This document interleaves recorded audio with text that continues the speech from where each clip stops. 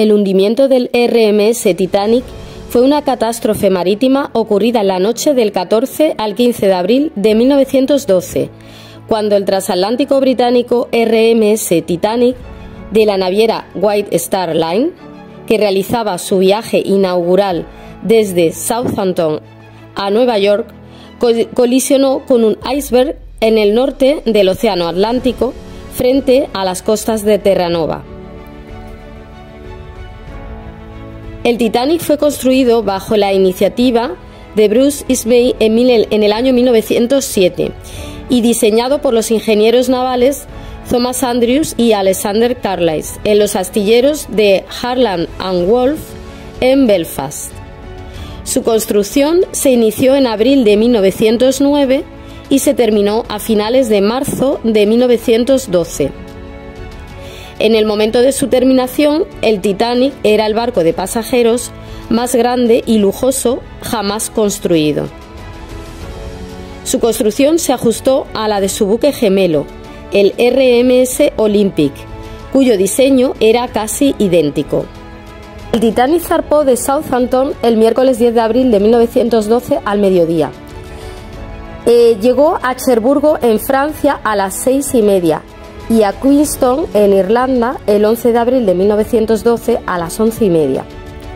Los irlandeses que embarcaron eran mayoritariamente pasajeros de tercera clase, inmigrantes que buscaban una mejor vida en los Estados Unidos.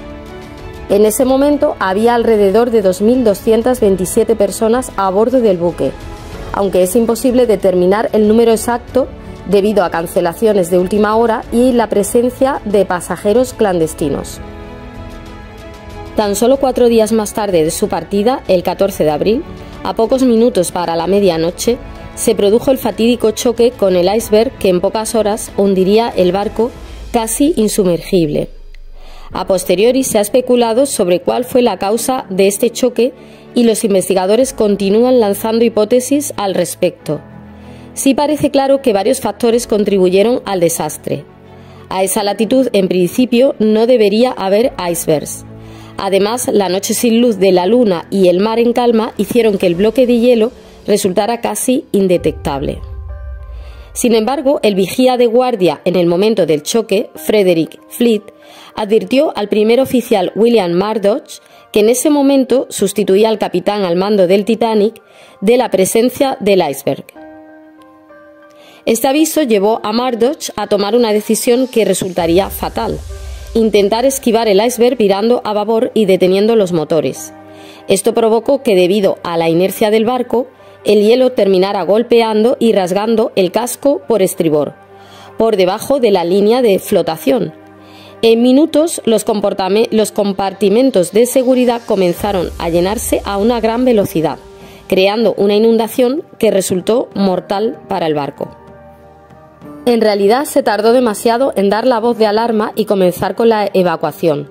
Según los especialistas, si el barco hubiera chocado de frente, con el resultado de un gran impacto, todo el pasaje se habría despertado e inmediatamente habría tomado conciencia del peligro que corría.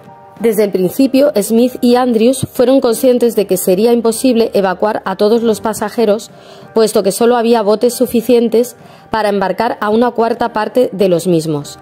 Además, siguiendo la política vigente de mujeres y niños primero, no se llenaron los botes hasta su máxima capacidad. Más tarde se pidió con megáfonos a los botes que ya estaban en el agua que regresaran para poder embarcar a más pasajeros, pero la mayoría no lo hicieron por miedo a ser engullidos por la fuerza de succión del barco al hundirse. De haberse llenado al completo todos los botes, se podrían haber salvado entre 300 y 400 personas más. El hundimiento del Titanic se precipitaba rápida e inexorablemente. Al haberse inundado los compartimentos de proa, el barco se fue sumergiendo hacia adelante. Fue entonces cuando los más escépticos se dieron cuenta de la gravedad de la situación. A las 2:05 de la mañana se arrió el último bote salvavidas y se desató el pánico a bordo. Pocos minutos después, la proa se hundió del todo, levantando la popa del barco y provocando que éste se partiera en dos antes de hundirse definitivamente. A las 2:20, el barco casi insumergible desapareció en las profundidades junto con casi el 70% de las personas que estaban a bordo, entre pasajeros y tripulantes. Alrededor de las 4 de la madrugada, el barco de la Cunard Line Carpathia llegó al lugar del suceso. Logró rescatar a 705 pasajeros. El resto habían muerto ahogados o congelados debido a la glacial temperatura del agua.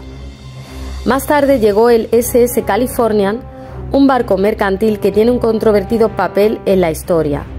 Se encontraba a solo 20 millas de distancia y habría podido llegar al rescate antes del hundimiento, pero el oficial de comunicaciones había desconectado el telégrafo debido al trato desagradable que había recibido por parte del telegrafista del Titanic poco antes del choque. El California se ocupó de recuperar cadáveres del agua. Se recuperaron poco más de 300 cuerpos, de los cuales más de 100 fueron devueltos al mar por su mal estado. Tras el hundimiento, varias comisiones de investigación fueron llevadas a cabo y sus conclusiones se utilizaron para mejorar la seguridad marítima, especialmente a través de nuevos reglamentos. Varios factores se combinaban para explicar tanto el hundimiento como el elevado número de pasajeros que no pudieron sobrevivir.